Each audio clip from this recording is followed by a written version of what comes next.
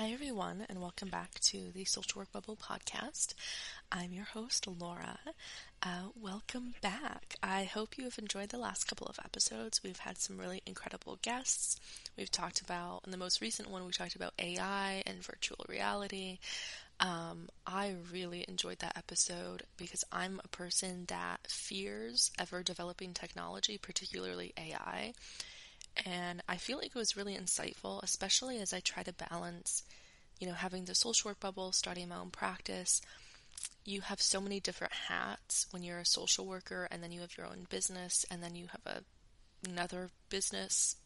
It's just a lot. So it's really interesting to hear the benefits of AI and how that can actually support your practice and also support clients while still holding that it's a new developing technology and we can still educate on pros and cons and boundaries.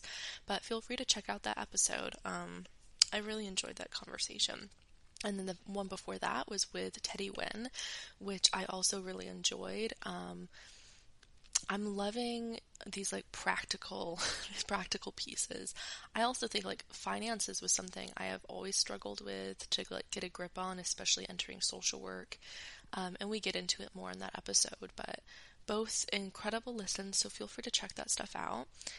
Today it's just me, myself, and I. I have a couple of recordings this week, so coming up we will have some more guest episodes, but we're gonna dive into some Reddit stuff tonight, and yeah, that's about it. I will say, if I'm speaking a little bit softer than usual, I am recording at night,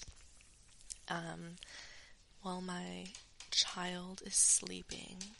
So I do apologize if it feels a little ASMR-y and you're not into that. This is just what we have to work with. So yeah, before we dive in, feel free to share, subscribe to the podcast, leave a comment, share it with your fellow social worker, share it with your organization, whatever. Also, something I'll try to remember to do is, if you're ever interested in being on the podcast, feel free to fill out my Google form. It's just an interest form. I will say, it might take me some time to go through everything, but if you fill it out, I will definitely reach out to you at some point. So I will try to remember to include that in the description of all my podcast episodes from here on out. But if you don't see it, it is in my Instagram bio as well. Alrighty, well, let's get into it. So we have a few Reddit things to get into. This first one is not from r/social work, it's from r/therapists. And it's more a personal anecdote situation than giving advice or reflecting professionally on something. But I thought it's an easy thing to start off with. So we will get started. So this is an r/therapist by fuzzy-gap-4875. And again, I try to link these. I don't know what these are called. Posts, I guess. I link the actual posts in the description of these podcast episodes, so you can check it out yourself as well. This person says, I find myself wanting to do something different than therapy, something completely different, like being a mailman or trucker. I don't mind working exclusively on my own and not having to talk to people all day. Sometimes I don't want to work in mental health and do something that is just a job. Even though I went to school to be a therapist, I find myself wanting to do something different sometimes. What are some professions you would consider besides therapy? Now, I will say I heavily relate to this person. I do think I ended up I did fall in love with social work, but I happened upon it. I started off in nursing. I knew I wanted to do a helping profession, but I hated nursing to the core of my being. And I just jumped into social work and I fell in love with it. But I remember taking a career quiz when I was in middle school or high school, and I have always been this person that really struggles with having a specific path because I am interested in such a wide variety of things. And this is also why things like aesthetics and everything is something I just hate for many reasons, but because we are multifaceted individuals, and I identify with so many different like aesthetics or professions or hobbies, or like just based on a given day or a mood, or I don't know, something I'm leaning into. And so it's always been hard for me to like put myself in a box in that way, which is why there can be so much pressure career wise to be like, yeah, pick this path. That's also honestly one of the reasons I love social work, is because you can get a degree in social work, but you can, I usually always like switch it up or change your role in some way where it feels like a different job. Whether it's like changing the level of social work that you're doing, like from micro to meso or macro. You could do like research, you could become a professor, you could just do like that boots on the ground case manager work, you could work in a school. Like there are so many different options that all have such a different feel while still being that core social work role, which is why I love it, because I feel like some of the things I've also always loved that I think honestly that knowledge base contributes to my perspective and foundation as a social worker is history, literature, just the arts in general, like creative arts, creative writing, painting. I have a deep, deep love for anthropology and archaeology, and all of these things I feel like end up morphing into or have like a pipeline to social work in some way. And again, I think that's why social work is such a good fit for me, is because now as a therapist, I end up pulling from each of these things. I love philosophy. I end up pulling from some philosophical perspectives if I feel it would be helpful for a client. I love history, and a big part of the work, a big part of how I've evolved and developed as a therapist is really making sure I have that larger societal context that I also provide to clients, because I've really started to shift this idea of like, I really reject the idea of diagnoses now, and I really just lean into like, yeah, we live in a society and that has a lot of consequences to it. And so I end up using all that stuff. I have recently considered going back to school, not for any kind of career change, but because I love academia and I love being in school and I love learning in classes. I've been thinking about getting a degree in archaeology. And this is because one of my bucket list items is to do an archaeological dig. There are a few different organizations that you can volunteer and do an archaeological digs, like anywhere in the world. They have a lot in the United States, obviously, literally across the world. It costs a few $1,000s, but that's a dream that I have when my daughter gets a little older, because it is something where you would have to, at least the one I plan on doing, like you would have to commit to at least 2 weeks. And so that's something I'm really excited about. I do also think like we live in a day and age where like a lot of education is free and you can just like use the internet. But there is maybe something unhealthy in me that just loves the idea of collecting degrees. That is just like the inner academic where, gosh, if I could be a lifelong student, like literally, I would be. You can always be a lifelong student on your own time, but I thrive in an academic setting. I really do. Oh gosh, I that's why I loved school. I loved college. Those were like years where I really discovered myself and really discovered the potential that I had was because of that. So anyways, that's a whole other tangent. If I could do any other job besides therapy, it probably would be something like that. Majoring in archaeology. For a little bit, I've tossed around the idea of like English lit, like majoring in English literature. I didn't, just for practical reasons. But I had wanted to be a journalist for quite some time. For a bit, for most of my life, I wanted to be a detective in like the cool detective sense. Not, to me, when I thought about being a detective, I thought about like, I don't know, being Sherlock Holmes, and solving these really crazy, intricate, complicated things and puzzles. It was never associated with the police at all. And then as I got older, I did start to get an interest in forensic social work and to this day, one of the best experiences I ever had was interning at the Child Advocacy Center.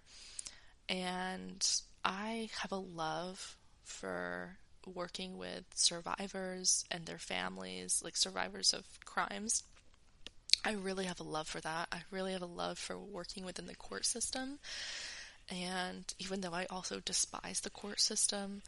And so I think, again, all these things have kind of tied together and have a pipeline to social work at some point. I've also always had this dream of having a therapy practice that includes like a whole diverse range of therapies, like horticulture therapy, equine therapy, forest therapy, like a whole bunch of things like that, which again is also like still something I think is attainable and something I really have to kind of meditate on to see if that's something that I actually want to bring into fruition. So I always have a lot of ideas, but I definitely think I would have gone like the archaeology or even like cultural anthropology route. I think in some worlds, because I do love academia so much, again, I know it's flaws. I'm not a fool.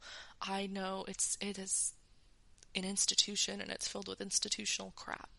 But gosh, I loved being a student, and I always have this dream of like being a professor, which is also, this whole conversation is making me go on a million tangents, but it's made me also seriously consider getting my PhD.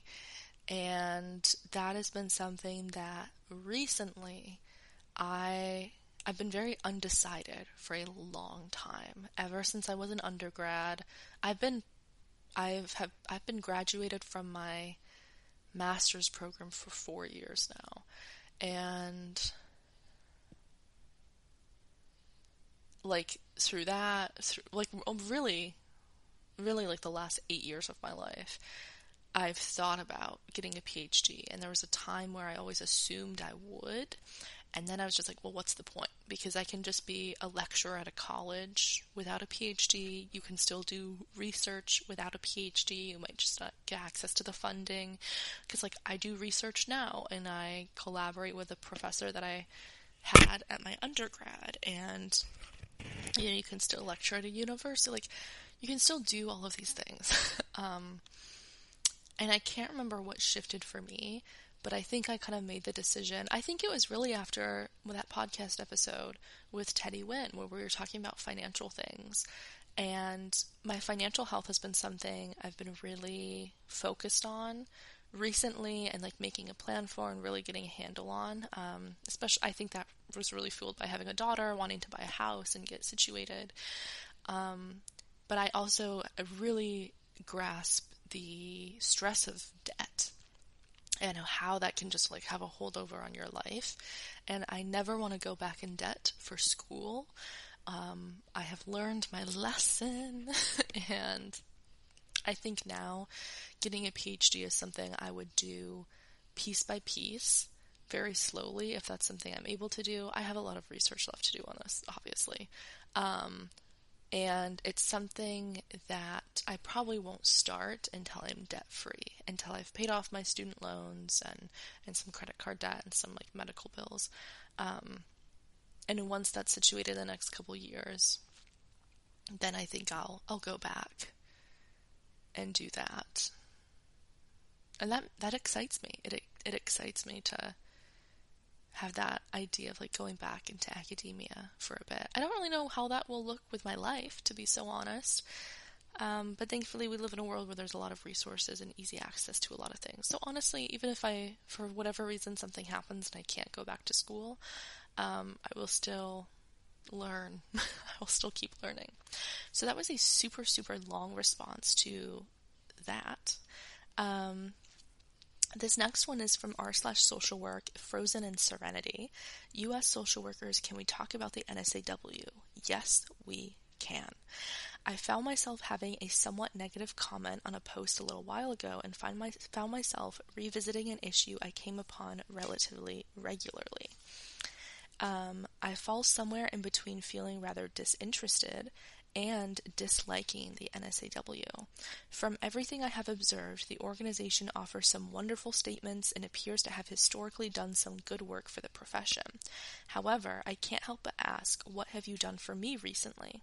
With expensive dues, little in line of immediate tangible benefits that do not cost extra money, it appears that the NASW is just a big social media presence and a little more on the national level. It seems like on the chapter level, things are hit or miss. I know there are social workers who are die-hard NASW supporters and can recite the code of ethics in their sleep.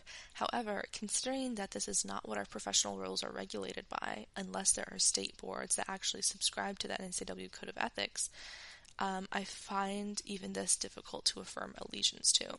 I will say, I'm not sure about this last part. The NASW has their professional code of ethics, and we should be following the code of ethics. We should be practicing ethically. Now, in social work, practicing ethically can be very gray. And that's about it. It's interesting because one of these responses says, I'd understand their purpose more if they were a union that fought for our salaries and pensions. Since they're not doing any of that, they're pretty useless to me as a social worker. I honestly agree with this. I think the NASW would have a lot more success and support from social workers if they actually supported social workers and not just client work, really, which it's obviously important to like advocate for social change and that stuff. But you are the National Association of Social Workers, and you have pull to honestly make a statement and say, these are the standards. You need to be upholding these standards for agencies, for salaries, for benefits, and all those kind of things. And to support that unionizing, since that feels like ethical. This is also interesting. Someone says here, I'm all for unions, but as union members have a contract or a collective bargaining agreement with their direct place of employment, I'm not sure how the NASW could act as a union. Some social workers who work in healthcare and other fields are in unit with a local union chapter and even more eligible to organize and unionize. Unions are made up of the workers themselves. It's not going to be an outside organization like the NASW. I think that's fair. I do think, though, NASW could still support unionizing, even if they were not the people that were the union themselves. The NASW does suck. I will say my experience with the NASW is varied. When I was a student, and I was not as liberal as I am now, I've always, before I was radicalized, I was always like pro-organization, and I was like, oh, the NASW, and I was just automatically just like, yeah, NASW, woohoo, yeah, and with no questions asked, which was concerning looking back.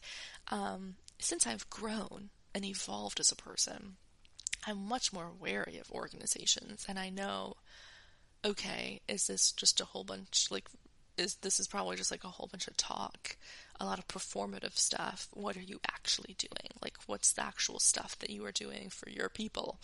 And honestly, in social work, it's not a lot. I will say NSAW is a lot more active at the macro level. They do advocate for legislation, and this is the piece where I was a member for the NSAW for a long time. I considered continuing to be a member just so I could connect with other NSAW members. I also was on their committee of leadership, blah blah blah blah, that would help select members for the board. So it was a piece of the NSAW in New York City. Kind of a stepping stone to get on the board of the NSAW of New York City. I do think it's really just a great thing for a resume, especially if you're looking to grow and get leadership experience. And with that being said, if you are able to get on the board of your chapter of the NSAW, I think you could create a lot more change. Now, I do think there's obviously a lot of bureaucracy there, but when I was in New York City, granted, New York City is a gigantic city, they already have a lot of resources and a lot going on, it felt like they were doing more. When I talked to the board members, it did feel like they knew their stuff. They knew the things that were important. A lot of it did end up being like more community work. I still didn't see a lot of benefit for like social workers themselves. But yeah, I do think NASW like does do more with legislation and advocating for policy. Like if you get their newsletters for your chapter, and the ones I get from New York City or New Jersey, they'll have like a call to action for social workers. So it'll be like, this is the thing you can do, email this rep, this thing, like that kind of thing, which I do like because it makes those things easier for me so I don't have to keep track of that stuff, like the social and political action side of things. But at the end of the day, the NASW is still an organization. And I think that they are greedy and they profit off of a profession that's like notorious for being underpaid, and disrespectful of its workers. And I think to have membership dues that are like almost $300 a year is crazy. That was one of the reasons I didn't renew, is I'm like, I'm paying $300 a year for what?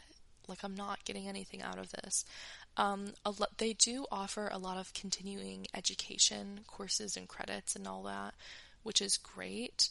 But if you're not a member, they're very expensive. If you are a member, I think a lot of the times you still have to pay. A lot of times you don't. You can get that stuff for free. But again, you're still paying $300 a year. It's like a mixed bag. It can also really depend on the chapter that you're in. You don't have to live in the state that you're to be in a particular chapter of the NASW. I would probably like recommend it, like if you're practicing in a certain state, to just like get familiar with that state's NASW chapter and what they're up to if that's something you want to do.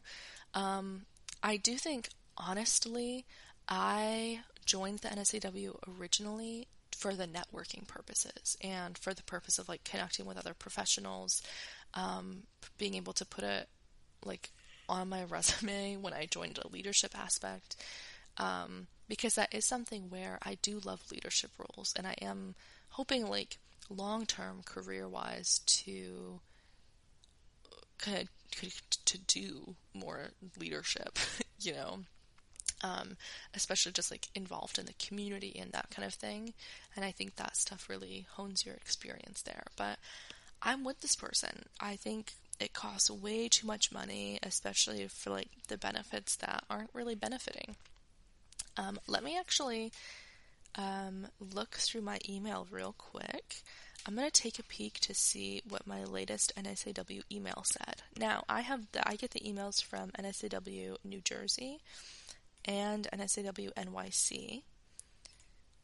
I never practiced in New Jersey, but I lived in New Jersey, and so if they had events or anything going on, it was always easier for me to see those ones.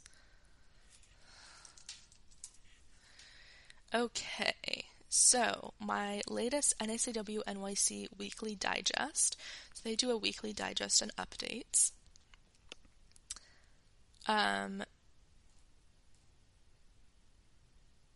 This one is just saying, oh, it has a new look. Great. Okay, let's go to a different one. That's just like an update. Is this what I wanted? Okay. Oh, they do also, like, this is Attention NYC Social Workers, Job Opportunities and Services. So a lot of jobs will advertise through the NASW. They'll advertise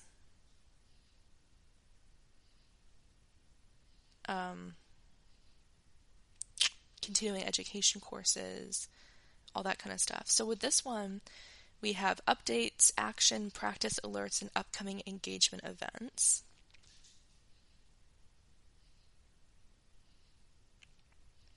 Like an update on leadership transitions in the NASW New York City. The NASW stance on Supreme Court decisions to criminalize unhoused individuals. So like just making their statements on things. This is like a link to the New York City Commission on Racial Equity to get public feedback. So they're like trying to get social workers to provide that for New York City. The Network for Social Work Management. Credential, so that's an ad. It really is like a lot of ads for social work stuff that you often have to pay money for. This is a workshop on Social Workers Vote, a civic engagement workshop. And let's see, you can register. So I'm clicking on it. Does this one cost money? This one doesn't cost money. It's a miracle. Okay, well that's cool. It doesn't appear it costs money, at least. A call for papers. So NASW Press will also release different papers. Like you can submit papers or presentations. I'm pretty sure they must have a conference or something. The thing I do like about the NASW, the one event that they do is something where like all these social workers and social work students can go to Washington D.C. for like the day of advocacy. It's something called like that, and I really like that.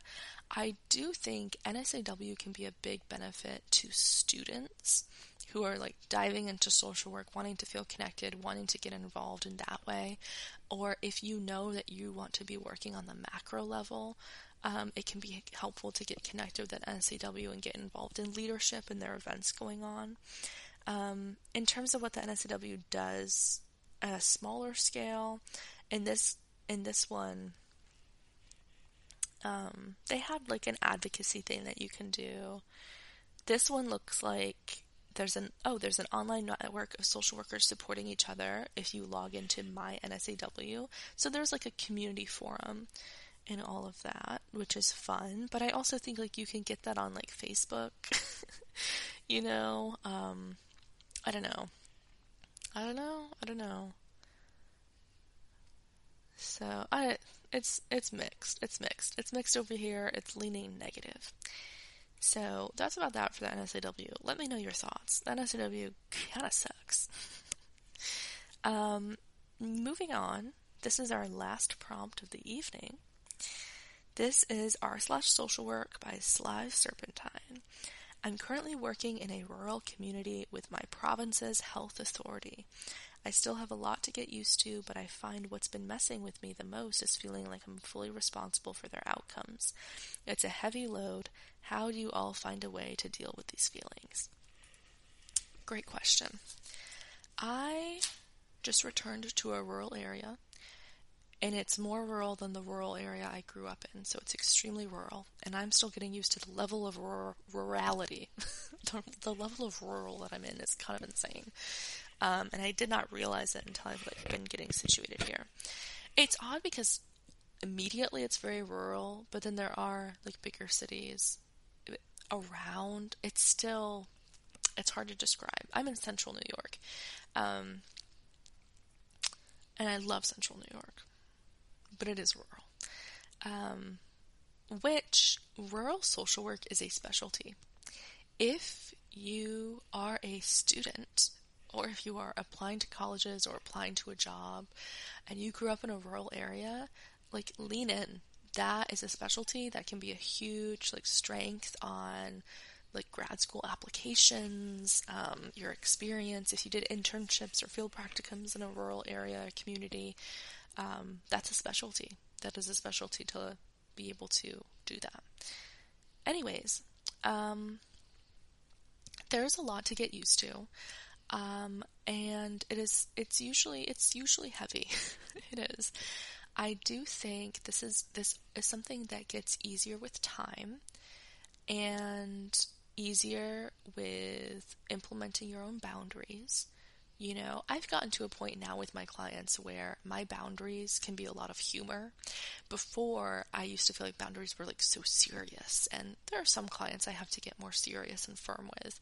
But for the most part, I can make a joke like, and don't call me this weekend because I won't answer. You know, like just like making it like casual and fun, or if I'm letting someone know I'm going to be on vacation next week, don't email me. If you need something and if it's an emergency, you shouldn't be calling me anyways. You know, that kind of thing where when you have that rapport, it's easier to like, it feels easier to set those boundaries because like your client is fine. I think in a rural space, something that's really valuable is having that support in other social workers and fellow professionals, even just like in other disciplines, but people like maybe still in like the healthcare social services world that relate to you and can understand your experience and the difficulties with it, personally and professionally. Something I've tried to do as I get situated is right now my practice is completely telehealth. I am, because I live in a rural area, I'm very interested in having an in-person office, and like actually, and I also think I finally found my home, which is crazy. I think I'm actually going to like settle down here for the long haul, which is really exciting. So I can make a lot of plans onto like what it will look like to be a therapist here, what the community needs. A big part of that was I went on Psychology Today and also ZocDoc to see what other therapists are around, what are the organizations that are around. In a rural community, it can take a lot of work. It's hard for me too because I didn't grow up in this community. It was a lot easier for me to figure out like what resources were in my county because it was just like, I don't know, I lived there. Like when you're just in it for a while, you just hear of certain things. A lot of communities do have events that are going on, that there's like tabling events. So a lot of organizations will have a table to advertise like their organization and what they do. And those are really helpful to get a feel for what are all of the resources in this community, and what are the faces to these resources? Who are people I can actually connect with on a personal level and have them as like a friend and support, but people I also like can talk to professionally. Maybe I need to like refer a client to them for a particular service or resource, something like that. So it's getting very familiar with what's actually available, and this will depend on the level of rural that you're working with. Now, we also live in a day and age where we have technology, and I think that can be a huge benefit to rural communities, is because there is a huge access to resources and other professionals that if they're not in your immediate area, you and your clients still have access to those things. So that could be, okay, I don't have another therapist working in this town, but in the town, like maybe a few towns over I do, and it feels like a long distance for coffee, but maybe we can FaceTime or just have a chit chat and then like meet up at another time when it's more feasible. Stuff like that. I think so much of support and not feeling the weight of the world is community. Community is where we bear the load together and we ease it on ourselves. And that is something that I've had to learn, and that I've also learned on the flip side of being very lonely and of being very isolated in the profession. I think particularly being a therapist, in many aspects of social work too, it can be very lonely.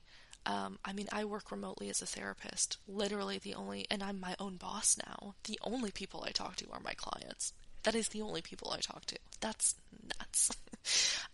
Which is also why it's been so like valuable for me to just like branch out and meet with other professionals. That's why I love the social work bubble so much, is because I have connected with so many social workers that honestly I feel like if you lived in my area we would be besties. And so I do think a huge part of dealing with those feelings is community, because it also helps normalize the difficulty of doing rural work, but it also helps you see we are doing the best that we can. We don't have a lot of resources. We are trying to like put the pieces together in a way that makes sense, and we are doing the best that we can. I will also say, just because it's rural social work, it does not change the fact that your client is responsible for themselves, and you are not. It is our job to empower and to advocate and to help a client understand what they are capable of, and to build their self-esteem and confidence to take those things on and tackle their goals and heal and move forward and create a life that they feel fulfilled in. We cannot force that. And there are some people I think this has gotten better in recent years. But I think in rural communities, there can still be a lot of mental health stigma. Rural communities are very conservative. I think carry that bigger perspective with you of, first, if they're there, that's good. Honestly, like, that is an indication in itself that there's some level of motivation for them to get help. And that's huge in a rural community. So I think also having a belief and trust in humanity. I think I loved rural work. I grew up in a rural community. It can just become very close-knit. Like, I think then there was a lot more ethically gray areas because it's a small community, but I think it can end up creating a closeness that I didn't see when I lived in New York City. Granted, New York City is on the complete other side of the spectrum. I think the majority of America is not like that. But I think there is a huge benefit to rural work and to be able to, like, see change and have a close-knit community, of professionals and resources, and to affirm to yourself that there's also, like, this larger system at play that we can't change. We can obviously do our advocacy and we can vote and we can do all that good stuff. But at the end of the day, we social workers are still operating within a system. Systems of oppression. Many social workers are perpetrators of oppression. And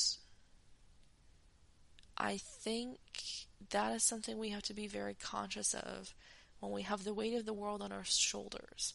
I also think something to check here is to check yourself. It's a heavy feeling. I also think this feeling can sometimes be related to a saviorism of some sort. That is a feeling I had to sort out for myself.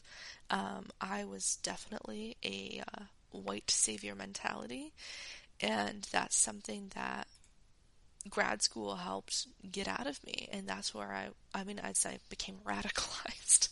I kind of realized, oh my gosh, I am in fact a white woman and have been acting as such. I think that's something to check as well. I think can be a lot of talk. I never want to minimize the work that social workers do. I believe in this profession. I believe in the work that we do. We are still many times people that, again, perpetuate oppression and systematic issues, and sometimes even make things way worse for people. We are often still policing people in vulnerable communities, and oftentimes we have this idea that we are superheroes, and anytime we hear the word hero thrown around, replace it with savior, because that's the complex that's going on. It's not our responsibility to carry the weight of the world, nor should we have the mentality that we can or should. I think that just feeds into a very wonky power dynamic of, like, oh, I have to save this person, and that is it's a very weird, complicated thing to tease out. For me, I realized a big part of that was also, like, releasing saviorism was also just me being able to respect my clients more and to realize, oh, I'm not better than them. We can say that, but do we truly believe it in our core that this person is an equal and that I'm not above them in any way? Do I truly believe in their humanity and their dignity and worth as a human being? And I think once we fully believe that, and we also continue to hold ourselves accountable to releasing and letting go of that saviorism, that is also a huge part of releasing the weight of the world, because that's not our job. That is not our job. I think at a smaller scale, good old self-care, having a life outside of work, having a life that you feel fulfilled in, helps you release that heaviness that comes with this job. Because I'm not saying it comes from only saviorism. It's a hard job that we do, and it is valuable. And it is, I mean, there are days where I'm just like, I take on the emotions of my clients. Many social workers are very empathetic, and we do that. But we have to have boundaries for ourselves. We have to be able to say, okay, I can feel this, but this is not my responsibility. And we can ask ourselves, what do I need right now? What do I need to release this, to feel more present in my body, in my day, and not in this other person's experience? And it's a practice. It is a practice. And it is something that with repetition and consistency, it does get easier. Now, I think a lot of this for some social workers can change because they start to get resentful and they get burnt out. And that is not the same as being able to deal with these feelings of heaviness and feeling the weight of the world. Becoming resentful over the work doesn't do anything helpful. And that is also why it's important to check this feeling when you experience it, and to be mindful that everyone feels it. And for some people listening, like my past self, if I ever heard someone tell me, well, everyone feels it, and they would try to normalize it, I would always want to be the exception. Kind of that line of like, I'm not like other girls. I'm not like other social workers. I'm not going to burn out. I don't know. Not me. It is you. You are not the exception to the rule. And if you feel defensive or apprehensive about that idea, I think maybe we need to do some internal reflection and work as to why that's something that's difficult for you to accept. As I had to do for myself. So yeah, some things to think about. This work is heavy, and it's valuable. It's also, we do the best that we can with what we have. We get support from other professionals. We get support from friends. We have a life that we feel fulfilled in, so this work is not the only thing that we have. We have diverse hobbies and interests. We have a multifaceted life and humanity. And that is it. I am going to wrap it up there for tonight, folks. I hope you enjoyed today's episode. I do love getting into these Reddit forums. It's so interesting. Feel free to follow the podcast, like, comment, share, follow me on Instagram. Instagram is the place where I have the biggest community and where I'm also active the most. You can get updates on my shop, anything that I'm coming out with. I'm not going to say it, never mind. I was going to say something I'm considering putting up on my shop, but I don't want to go there and get anyone's hopes up in case I don't do it. But yeah, stay tuned for the shop, for the podcast, also just for the community. This is a little side note in a project that is coming up, but I'm thinking about doing a social work bubble. The social work bubble is ultimately a community for social workers to help support us in our professional development, just in like connection with others, thriving in this profession. I've been thinking about starting a mentorship program through the social work bubble, something akin to that. Even just like maybe not even mentoring, but just like a group call, like every month or something like that. I'm tossing around these ideas. If you have any suggestions or anything that like really resonates with you or you're really excited about, feel free to DM me. So thank you all so much for listening. I'll see you next time.